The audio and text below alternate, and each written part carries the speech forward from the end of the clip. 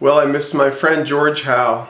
It's a sad day today, but I'm so happy that he's graduated and that he's gone on to be with his Lord, who George loves. George Howe loves Jesus, and I love George Howe. I remember one time my son and I, Patrick, were at George's house, and we were standing out front in his yard, and right next to that little white Chevy pickup truck that he had with www.reconciliationbiblesongs.com in block letters taped across the side of the vehicle. But what got our attention was a bumper sticker on the back of the vehicle, and it had a thumbs up on it. It was a white sticker, and it had a diagram of an organism, a simple, sort of like a sea squirt or a sea sponge type organism, and it said deuterostomes, period, built right from the butt up. And of course it had the thumbs up, and we're standing there, and Patrick and I asked George, tell us about this bumper sticker. And he said, "Ah, yes, well, when I saw this sticker on another vehicle, I chased that vehicle for 6 blocks before the gentleman pulled into a parking lot, and I was able to ask him, 'Where did you get that bumper sticker?'" And of course, then he got one for himself, but he went into professorial mode, and he started talking about how deuterostomes are, of course, organisms which have 2 major openings, a mouth and an anus. And then he went on to exposit on why it was important to have both orifices in our human body. Typical George, scientific humor, but he just loved other people. And he demonstrated that by taking risks. He took risks when it wasn't politically correct to do so. He took risks to share Christ with people. He would preach out on street corners, and he did have some rather unorthodox views towards the end, but I love George Howe, and I love his enthusiasm, and I love his heart for Jesus. I'll miss you, George. Thanks for being my mentor. This is a lecture that George was reluctant to give, but I twisted his arm a bit, and he did come and speak to the Bible Science Association San Fernando Valley chapter when I was executive director there. And so what follows is George's presentation. Now, he doesn't speak that much anymore in these kind of capacities, and so I feel like we're very lucky and privileged to have him come. He turns down a lot of speaking opportunities, and he didn't turn us down, so we're really thankful for that. Dr. Howe is on the board of the Creation Research Society. He is the associate editor of the Creation Research Society Quarterly, which he's going to be talking about tonight. He's also chairman of the Division of Natural Sciences and professor of biology at the Master's College over here in Newhall. Won't you please welcome Dr. George Howe.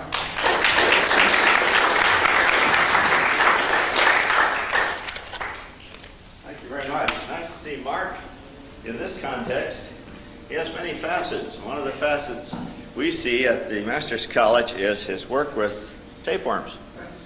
He is on deck working with tapeworms and calling our attention to various features of these tapeworms that he has discovered, and calling us in with the joy of somebody who just sighted a new bird or something like that. It's a privilege to be with you this evening, and I want to thank you for this opportunity to speak and for the faithfulness each of you have manifested over the years to the creation work, which is God's work, isn't it? We're excited to have a small part in paying tribute to the Creator, and I know that's the reason you folks have persevered. And not just persevered, but you've grown and you've consistently innovated. I'm fascinated by the creation safari idea that has come into being not altogether recently, but it, I think, is a very wise one. And I see a number of you here that I recognize from years gone by, and that's a great pleasure as well. I would like to say that it is my privilege to help edit the Creation Research Society Quarterly. There's a place in those brochures to subscribe to the Quarterly if you wish. but I won't stay on that too long, or this is going to sound like what they call those infomercials, a 1-hour presentation of some sort. When I get these manuscripts, they look a little bit like this. Here's a pack of manuscripts for the March issue. These were the manuscripts for the March issue, and they come to my hands from Dr. Gene Chaffin, who does the primary editorial selection. Dr. Chaffin decides which manuscript should be sent along to me for later usage. And after I get through, I send them to the fellow who does our printing, and he's in Michigan. He's in Lansing, Michigan, and he sends back proofs. You know, these look just like page proofs. They go to all the authors to make their last-minute corrections on anything that was typographically misplaced and that sort of thing. After the proof is finished, I get the chance to fulfill my mission in life. I get a chance to make what's called a dummy. Yes, I get a chance to make a dummy, and these dummies are old-fashioned ways to produce a quarterly. You've heard of the information superhighway? Well, I'm actually just a hitchhiker on that thing, or probably over at the right side of the road, stalled, because we're still working with this kind of a setup where we produce a dummy manually, send it back to the printer, and in a couple of weeks, the journal comes out. It's a great privilege to be associated with that activity and to have a small hand in helping those journals to come into print. This evening, I want to share with you some of the materials that have been printed in that journal in the last year, along with a few more things that I hope will interest you. I believe that the Creation Research Society Quarterly, that magazine, which you see here, here's the June proofs, those will be out in a short time. This magazine is one of creation's best kept secrets. Not by you folk. I know many of you are purchasing this magazine, or you recommend it to your scientific friends. But we thank you for that, and we hope it doesn't remain a best kept secret, but that the quality will improve, we trust, and that as years go by, it will get a much wider circulation.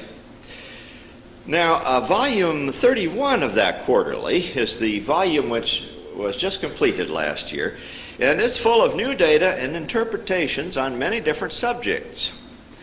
And Dr. Eugene Chaffin, whom I mentioned, is the one who deserves the thanks for coordinating the production of the magazine, from the sense that he decides which papers will make it and which ones won't. What happens is this: if you produce an article, or I produce an article, we need to send it to Gene, who, by the way, is at Bluefield College in Bluefield, Virginia. It's a Baptist school, and he's professor of physics at that college. Well, he gets the paper and he sends it to referees. These are interesting people. If your paper is on gardening or botany or something like that, they would send your paper to botanically minded referees who would read your paper, and you would not know their name. But they would go to work on your paper and send it back to the editor with some suggestions. I sometimes refer to these referees as piranha fish, because they can be pretty hard-boiled in their approach to a creation research paper. Well, you get your referee comments back, and the best thing to do is to put them aside for about 48 hours and just let your ego get back into tact, because some of the things they'll tell you that you ought to change in those papers will astound you.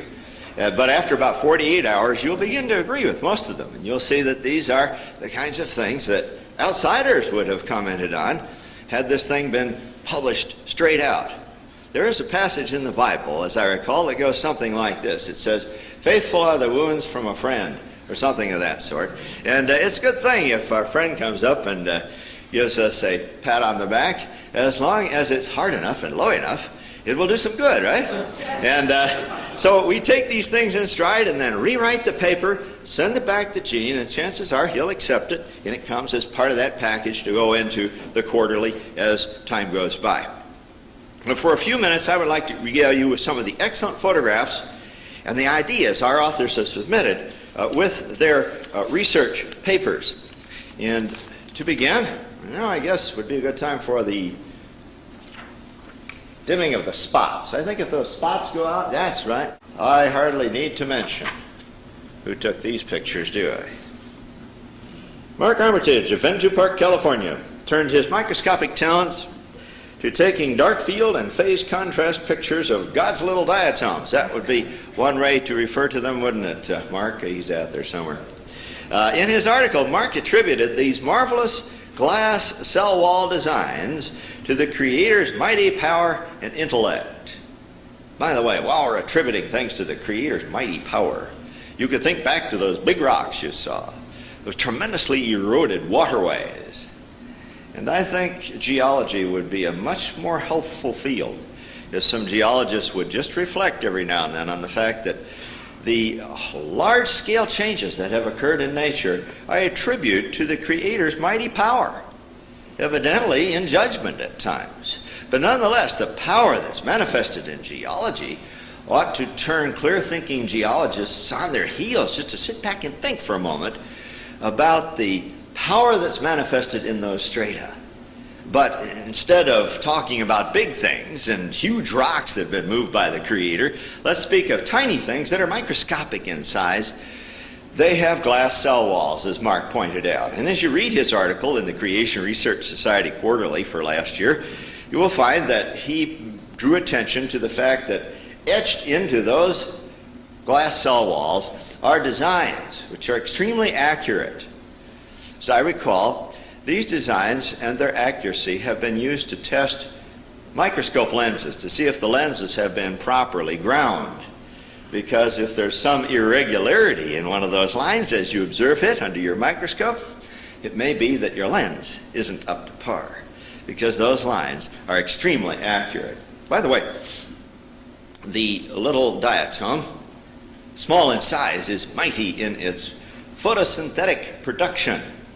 I don't know how botanists do this, but some of my colleagues estimate as to how much sugar photosynthetically is produced by diatoms on the one hand and by all the forests of the world on the other. But the ones who do this sort of numbers game often come up and tell us that if you take all the photosynthesis that's carried on by these tiny diatoms, it supersedes the amount of photosynthesis carried on in all the forests of all the world. So we have amazing little creatures. Oh, by the way, isn't it true that we find beds of diatoms at Lompoc, not Lompoc, right, but Lompoc, California. Up in Lompoc, we have 75-foot deep beds of diatom skeletons, these exterior cell walls made of glass that have piled up. Our colleagues who take a different origins view, a long age view, would suggest that diatom beds like that would require vast ages for their sedimentation. Well, flood geologist people would suggest something quite different, because if you study beds of diatoms, you find that encapsulated in those beds are fish, so beautifully preserved that one may still observe their eyes or their scales. And evidently this would support the belief that those diatoms somehow got dropped in there rather quickly, or else said fish would have undergone decay by the fungi and bacteria which are present in almost every known supply of water. So that the diatoms are fascinating. One more thing about diatoms is that they have silicon in their cell walls. We've said that already, haven't we? Silica being glass, silicon dioxide is deposited in their cell walls. They have a little system by which to metabolize silicon and put it into their cell walls. There are other plants which do this too. Your friendly horsetail, which grows along lakes and is a wild plant up in Washington, grows along railroad rights of ways. Anyway, it grows there, and it grows profusely, and it looks kind of like a horse's tail. If you grab the horsetail plant and wring it in your hands, you'll find a scratchy texture. It's because horsetail also has this capability of metabolizing glass and secreting it into its cell walls. Pioneers used this glassy texture to scrub pots and pans. I guess this was their answer to Brillo. They call this stuff scouring rush because of that. Pioneers would pull handfuls of it up and use it to scrub out pans. But the point I want to draw is this. Diatoms are in one kingdom, Protista. And your horsetails are in an entirely different kingdom, Plantae. They're what you'd call non-seed-bearing vascular plants. Kind of like a fern in a way. Well, how is it that this ability to metabolize silicon shows up in certain places of the taxonomic outline. My colleagues who are evolutionists, not at our college, we don't have evolutionists on staff there, but my colleagues across the country with whom I converse now and then, who are evolutionists, would say, "How, don't you know, that's an illustration of convergent or parallel evolution." In their view, what happened is that both the tiny diatom in one area of nature and the horsetail in another area of nature, both of them converged on this biochemical ability to metabolize glass and put it into their cell walls. The creationist would nod and suggest that there's a better alternative. The better alternative is that the Creator established the outline of taxonomy, and that at different points in that outline the Creator said, okay, here, here, and over here, let's have some plants that metabolize silica. And so this business of convergent evolution, I believe, falls apart on careful analysis. Let me bring to your attention, and I hope you can follow along here, a quotation from Clutter. Clutter published a paper in 1985 which caught my eye, and let me read it for you in case you're a little far back there. Listen carefully. Silt and periodic blankets of volcanic ash that continue today from such cascade giants as Mount St. Helens steadily filled the resulting deep lake, innocuously burying layer after layer of wind-blown forest debris. He's talking about how a fossil bed got formed in Clarkia, Idaho. Below, however, the age-old sediments are still wet with the lake's original water, and actual branches, leaves, needles, cones, flowers, seeds, and even pollen are trapped within the soft clay-like rock. Nearly every piece yields fossil. An average cubic foot of the ancient lake silt contains 267 specimens. With a high of 862, you see your 267 is just an average. Here, I like this part. Listen. There's something wondrous, almost magical, in seeing a color that's millions of years old. All right. Pastel against black rock, avocados dull green, or oaks dusty red, disappear rapidly upon exposure to light and air. On a hot day, eons evaporate in seconds. It's almost poetic, isn't it?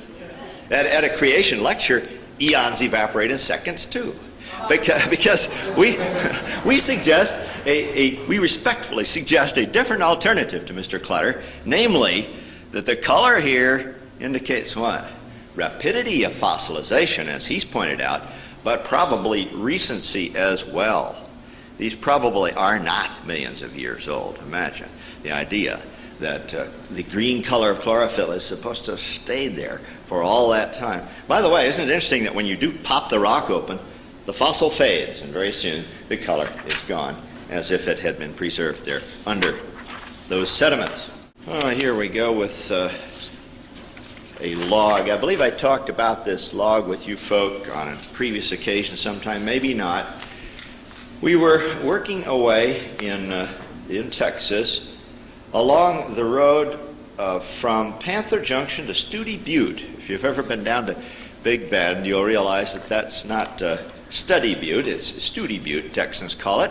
And while you're on your way from Panther Junction to a little town of Studi Butte, you're passing through some fascinating badlands. Yes, they look just like the badlands you might find in some other state besides Texas. And as you look at them, you realize that they are made up of bentonite, which is a kind of clay, which erodes very rapidly. We got out and started looking around and discovered a charred log sticking out of a bentonite bank. We, of course, had collecting permits, and we began digging away and found that as we pulled the log out, it was a piece of charred wood. And it had a great fragrance to it of aromatic compounds, like it had formed rather recently. It still had an aromatic fragrance to it. And we were able to collect that wood more closely with both the microscope and the scanning electron microscope. First of all, let's start with the light microscope. On your right is a photograph at a rather low magnification of the cross-section of that fossil. It's possible by sending your material to a laboratory to have it ground and slides manufactured so that you can look at the cellular structure of a fossil. So you're looking here at a cross-section of a fossil which is believed by some people to be about 100 million years old, a Guha formation, okay, which is Cretaceous, if you like those words. It's Cretaceous. And here it is, fossil Cretaceous wood, and on your left is a cross-section of a modern-day pine twig. I'm not sure what kind of pine, but that's a pine twig. You'll notice on the pine twig that we have very small cells called tracheids. They look like little dots to your eye. Notice those tracheids are much larger on the fossil wood from Texas. In the pine wood, we have groups of cells that radiate, like spokes in a wheel. Now, botanists have chosen to call these tissues rays. And wood of almost any sort nowadays has rays in it, as well as tracheids. Trachea cells are upright cells that are like mini tubes through which water and mineral salts can move. It's the xylem of a plant, if you're into that stuff. It carries water and dissolved mineral salts.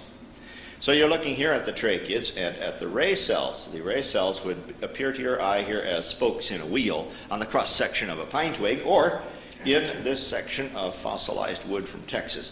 Notice this higher magnification where you're able to see the lumen, or center part of a tracheid through which water used to flow when this tree was alive. Water moves through these tracheids upward to the leaves and needles that are higher up on the tree. And through these rays, material can pass sideways, I might say, or in a radial direction. Maybe you've wondered how materials can be passed around sideways in a tree. Well, part of the answer comes from these rays, which are made up of living cells. And Dr. Emmett Williams took the specimen and subjected it to scanning electron microscope analysis. These are cross sections here, folks. The ones we've been talking up to this point are as if you took this twig and cut it crossways. The ones you're about to view from Emmett Williams' SEM scanning electron microscope pictures are from vertical sections, radial sections that go up and down along this piece of wood. Kind of with the grain in a sense. Well, under those you can see the rays. They look like ribbons, cellular ribbons, weaving their way between the tracheids. Stand out quite clearly in this fossil wood. Also, you can see the tracheids. Here is a tracheid. Notice these little holes, very regular holes. Not as regular as a diatom, Mark, but regular. These little holes are called pits. One tracheid has a pore called a pit, right next to a pit in the wall of its neighbor. And this is how water can take a zigzag course when it makes its way up a tree. It doesn't have to go just dead center vertically up, but it can go sideways and up and so forth by moving from pit to pit between neighboring tracheid cells. Well, we were impressed with the structure of this wood, and a couple of things hit us. Probably you've been comparing this pine here to this fossil wood, and notice this pine has something that I'll show you. Here's one, here's one, here's one. What do we call those in a tree or in a twig? Those are called growth rings, right. And another name for them would be annual rings because they generally thought to be produced one a year under ordinary circumstances. You look at the fossil wood, there are no growth rings. Rather fascinating. You've heard the suggestion that in years gone by, perhaps pre-flood, there was a more uniform climate. It just may be that these logs either floated in or grew here and were fossilized, and in so doing, we have a record of a more uniform climate around the world. Notice the size of the tracheids. These are both the same magnification. The diameter of the tracheids in the wood of a fossil plant from near Panther Junction, Texas, the tracheids have a diameter 3 to 4 times larger on average than the tracheids of modern-day wood. Well, we're fascinated by all this. We don't believe these fossil logs are 100 million years old.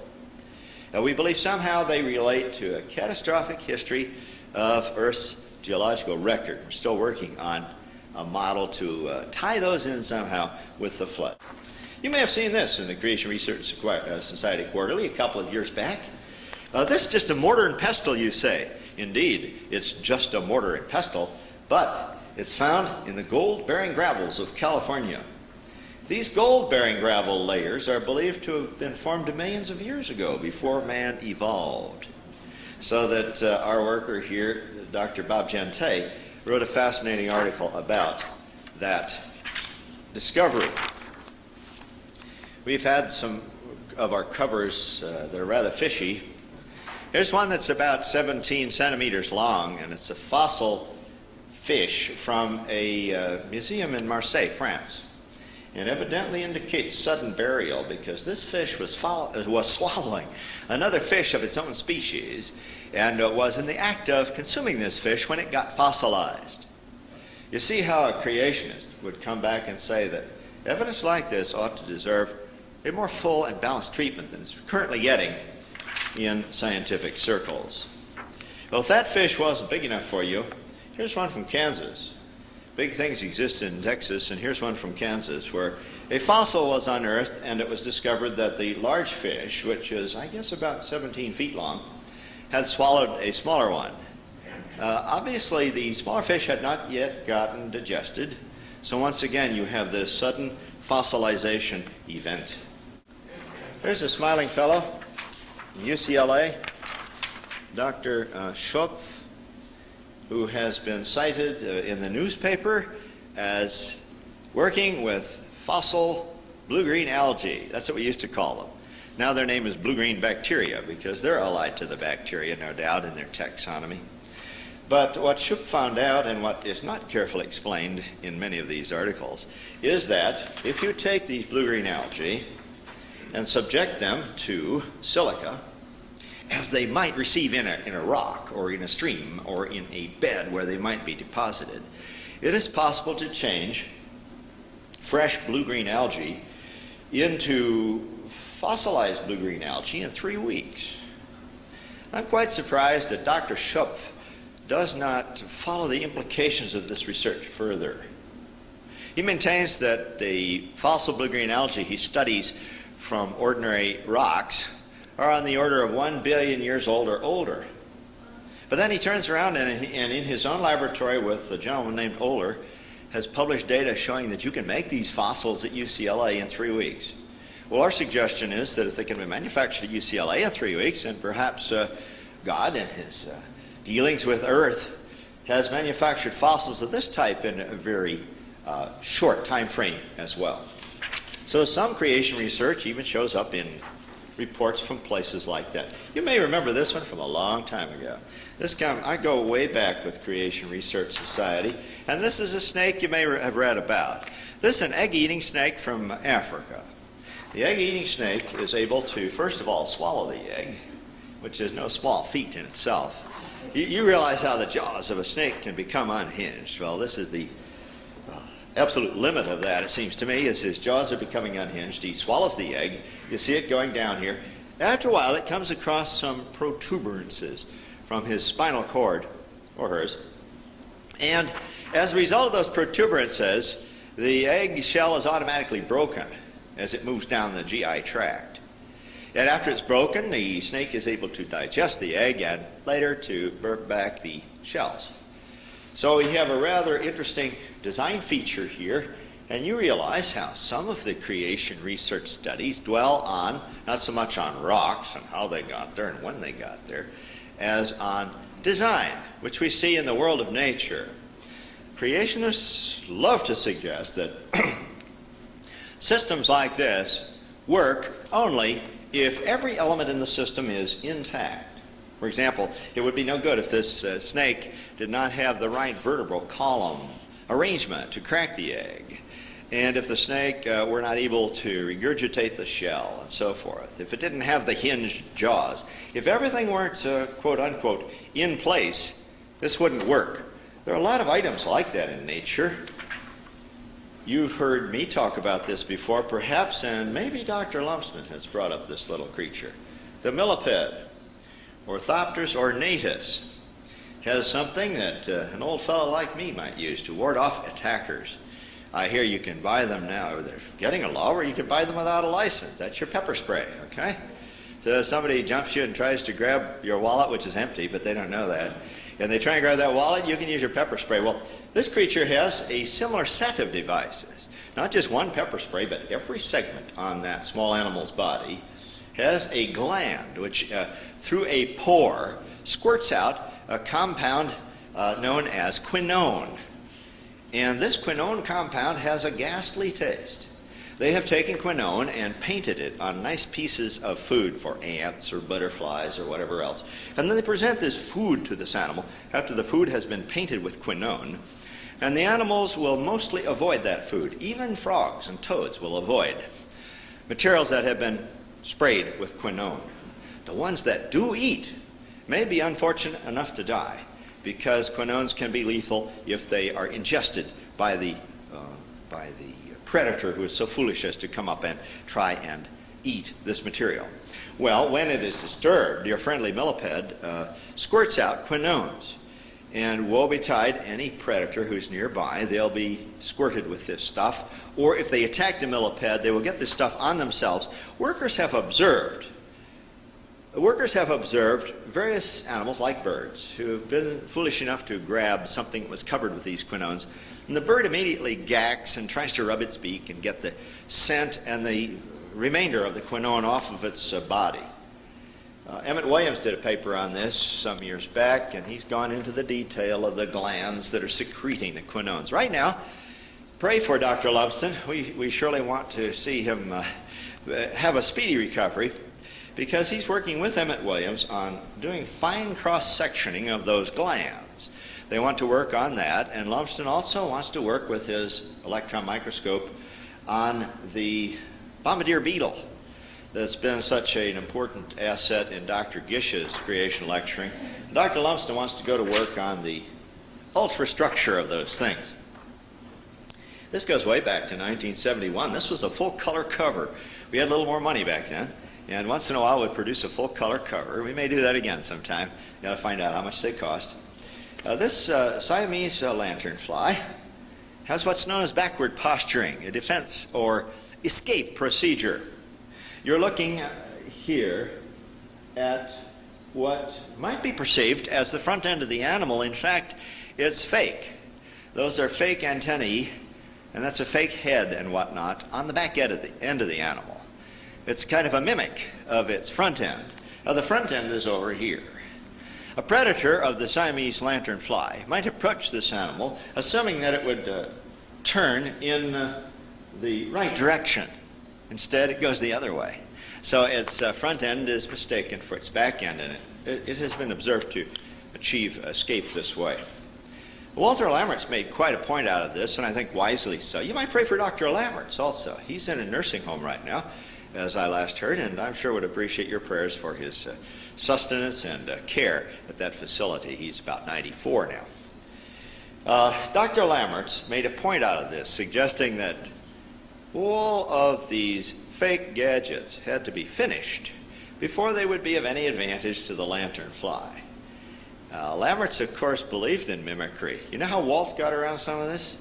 You may not buy his ideas, but give them some thought. Walter Lammert suggested years back that evidently, every now and then, the creator would enter and tweak the genotypes in order to help preserve his creation.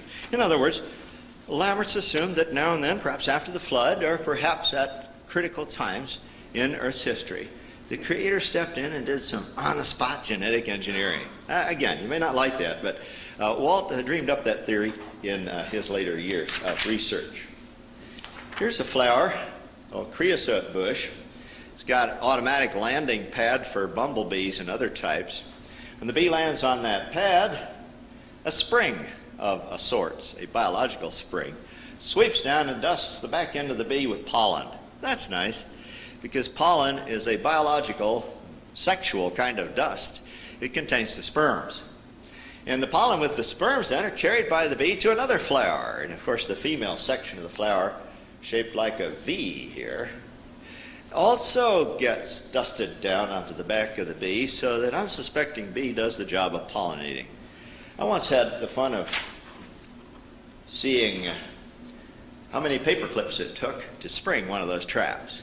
And in so doing, I came to the conclusion that the spring is adjusted just to the right weight of the bees, which normally pollinate the flower. Some bees are too light to spring the trap, And others, like the bumblebee, are very heavy. But in between, you have just this right zone of weight. Again, a suggestion is that when we study biology, we ought every now and then just reflect on the designer. Okay? In literature class, every now and then it's good to stop and think, yeah, there was a guy named Tennyson who wrote these poems. Or there was Edna St. Vincent Millay, she wrote this poem. And you give a little tribute to the author, don't you, in a literature class. I think in science classes and in science research, it almost borders on a type of plagiarism, a type of arrogant plagiarism. When we go on and on, talking about the beauty and integrity of these systems, and then give no credit to a designer who created them, brought them into being. Here you have a subject dear to my own heart, that is the guard cell pair that you find on the leaves of plants. If it weren't for guard cells, I'd still probably be struggling to get a Ph.D. degree back at Ohio State, never having been able to get out. But it was my good fortune to begin studying guard cells, and in so doing had a chance to see how they open and how they close. The guard cells pull apart, and when they do, a little hole opens. And every morning when you're getting up, your geranium plants are opening their little holes also, their little stomates. It's nice they do, because those stomate holes serve as good gaseous portals for diffusion. Carbon dioxide gets into the leaf very rapidly through these holes. And isn't it nice, you say, that they open them in the morning? Indeed. And it's even nicer that they close them at night, because the hole, the stomate, not only allows for the ready diffusion of carbon dioxide back and forth into the leaf for use in making sugar, I might say. You know, you have to get the carbon to make the sugar, carbon for carbon dioxide. But if those doors were to stay open all night, another gas important to the plant would be leaking out all night long, like leaving your sprinkler on. The plant would lose water all night. But when sunset comes, those guard cells have a way of pulling back together and closing the pores, so that this is a fine servo mechanism. Here's a close-up. Emmett Williams took these with his scanning electron microscope on a little plant called Candelilla from down in the Big Bend area, a little plant with a strange stem. But nonetheless, just about all plants, except for liverworts and a few things like that, just about all plants have these guard cells working day after day.